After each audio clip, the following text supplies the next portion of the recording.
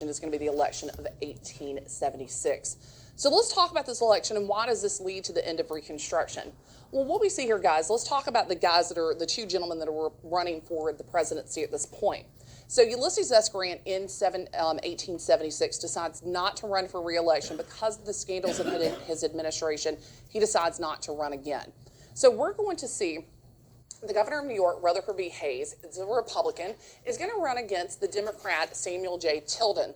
Well, when the election plays out and we get the results back, Tilden actually wins the popular vote, but he's actually only one vote shy of the electoral vote. Remember, the electoral college, that's what's going to determine the presidency. The popular vote doesn't necessarily determine it. It's going to be the electoral college vote. But when they start to look at the results of this election, there were about 20 of those electoral results that were disputed that were coming out of the states and the states conventions, the states, of course, conventions for counting these votes or the electoral conventions. So what we're seeing here, guys, is disputed votes. And who's really the president? Was it really Tilden? Did he really win? Is it Hayes that wins? And to work this out, to figure out who actually is going to win this election. This isn't the first time this has happened in a presidential election where it was so close and a compromise had to be made, or, of course, decisions had to be made in order to determine who was the winner in this. Now, in 1877, the way that they're going to decide this is they're going to have a compromise. We talked a lot of compromises for in American history, and this compromise is going to make Rutherford B. Hayes the president. He didn't get all the electoral college votes. He didn't win the popular vote. How does he win?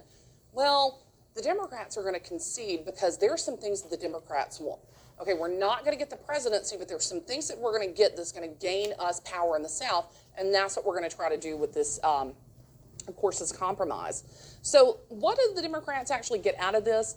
One, they're going to get the federal troops pulled out of Louisiana and South Carolina. Those were the two holdout states. That's where the federal troops were still there. They had pretty much control of the government in Louisiana and South Carolina. And the Southern Democrats wanted, of course, everyone out. They wanted the federal government out of the South so the South could have, of course, their territory again. And another thing they're going to do is make sure that there's a conservative Southerner in the president's cabinet. You have to remember the cabinet is the president's closest advisors. They're, of course, his closest confidants when it comes to things that are going to happen with the government. So if we put a conservative Southerner in this position, he might have some influence on the president, and that Democratic voice is still heard within the president's cabinet, and that's a pretty big voice to be heard at that point. So yeah, the Democrats lose this election, but they do have a lot to gain here. And guys, this is what's going to lead to the end of Reconstruction. All the troops were removed from the South. The South essentially has control over their states and local governments again. Former Confederates are back in power. So we're going to see this shift that's going to, of course, change the way that government is, of course, constructed and, of course, facilitated in the South. Excuse me, guys. The big thing to remember about all of this is with the collapse of Reconstruction, that's what's going to lead to a lot of loss of freedoms for many of these African Americans that had been gained during Reconstruction. And that's the last thing that I want to hit about Reconstruction before we move into industrialization, is talk about a court case that happens about 20 years post the end of Reconstruction, and that's a court case called Plessy versus Ferguson. Homer Plessy was a gentleman, lived in Covington, Louisiana, and he wanted to take a train from Covington, Louisiana to New Orleans. Covington is across the Lake Pontchartrain, so you take the train to the city of New Orleans. And back then, that was the quickest route to get to the city of New Orleans. So he buys a train ticket, gets on the train, and when he gets on the train, he's asked to move. He's sitting in the white car. There were segregated cars at that point, but he's asked to move, and he doesn't feel like he should. When you looked at Homer Plessy appearance, he looks white. You would have guessed he was a white man, but he was actually 1/8 African American. One of his great-grandparents was African American, and because he was 1/8 African American, he was deemed an African American in the South. So they wanted him to go to the segregated car. He refused. He said it was an infringement upon his rights as an American citizen. This court case goes all the way up to the Supreme Court, and in 1896, the Supreme Court deems that it's okay to have separate cars. There's okay to have separate restaurants, pools.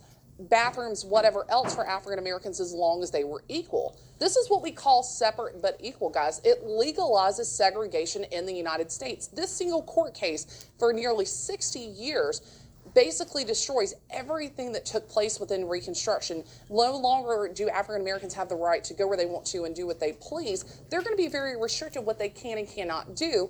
And then when we get to the 1950s, we're going to see a court case called Brown versus the Board of Education, which many of you have probably heard of before, that actually makes legal segregation illegal. That is what's going to end legal segregation, going to lead to the desegregation of schools and a lot of changes here. But if you wanted to know why did we have segregated schools in the first place, this court case does it, but it also leads to a lot of segregation in other public facilities.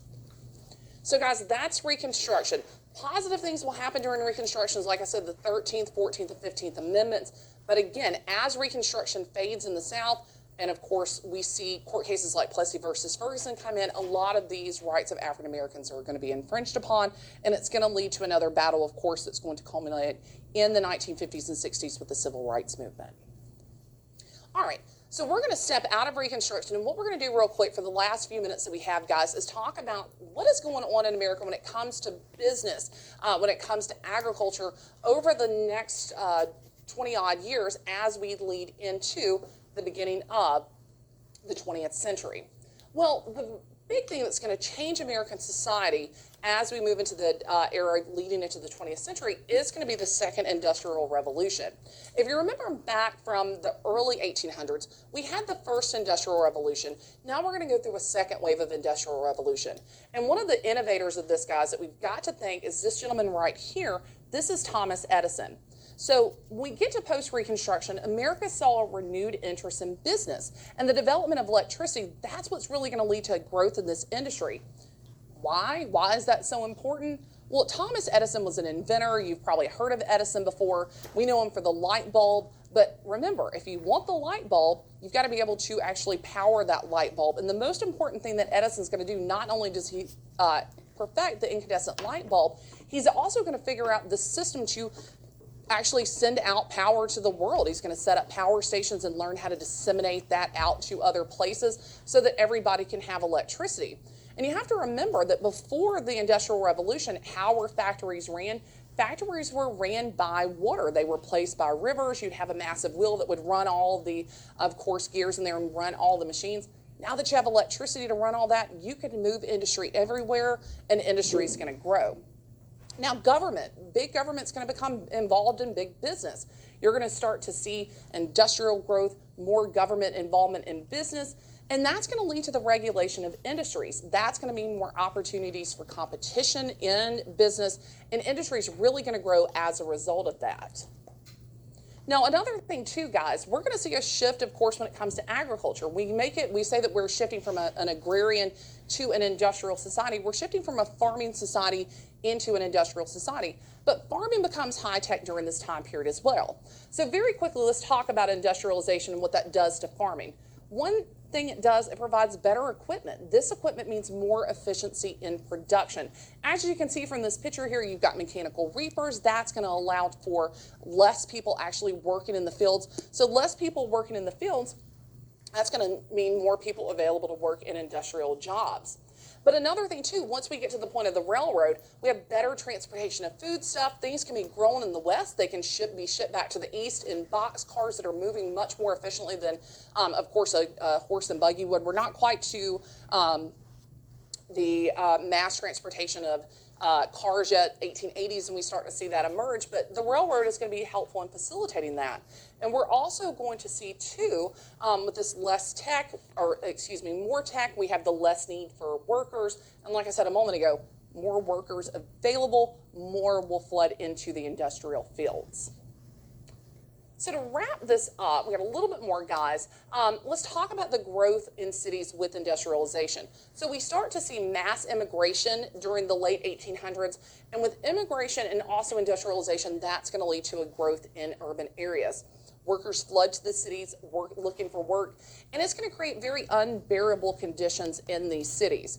And what's going to happen here, guys, is this we're going to start to see this innovation and this growth lead to changes in these cities. It actually leads to a lot of positive things. We're going to see revolutions in steel. These steel beams, this new ability to produce steel cheaply is going to lead to a growth in things like skyscrapers. The picture here, guys, is actually the very first skyscraper that was created. It's the Home Securities insurance company. It was created in the late 1880s in Chicago. It's kind of crazy because we look at both these pictures, you'd probably think New York. This is actually Chicago, Illinois at this point in time. You're going to see cities grow as a result of steel. It's going to grow upwards because cities can't grow outward. But as cities start to grow and become more crowded, we see the need for more sanitary conditions. We see the need to clean up cities, and we see the need, of course, for the improvement of life within these cities. It's very crowded. It's very gross with the influx of urbanization. So we're going to see sanitation commissions come in and clean up these cities. We're going to see a guy named Jacob Riis. He's one of the real innovators here. He's a photographer, and he figured out how to take pictures at night in a lot of these slums where a lot of these immigrants were living.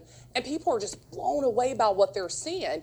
And people start to make pushes for changes in these urban areas, and that's when we start to see improvement in these urban areas and improvement in, of course, a quality of life, improvement of life.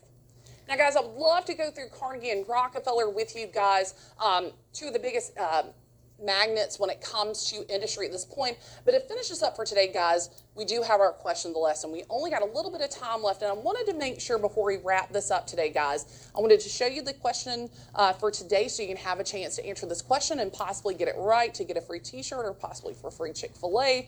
So if you paid attention to the lesson today, here's your question, and I'm going to give you the instructions for finishing this up. So your question for today, guys, is what court case allowed for legalized segregation in the United States? So what you're going to do for me, guys, you're going to email your answer to MCPSS or MCPSSTV at mcps.com. And again, for your chance to win possibly a free Chick-fil-A gift card, a free shirt. So make sure that you get that in for me today, guys. Very quickly, I just want to say thank you so much for allowing me to be a part of this process for the past 6 weeks. Thank you to Superintendent Threadgill. Thank you to Mrs. Renee Phillips and everybody at the staff here at MCPSS TV for everything that you guys have done for us and for our students in the county. This has been a great time. It's been sad being out of my classroom, but it's been an honor being in this classroom and being with you guys over the past 6 weeks. I hope you've learned a lot out of these lessons. And again, I hope you have a great summer, and I hope to see you guys all in the fall. You have a great rest of your year, guys, and we'll see you soon.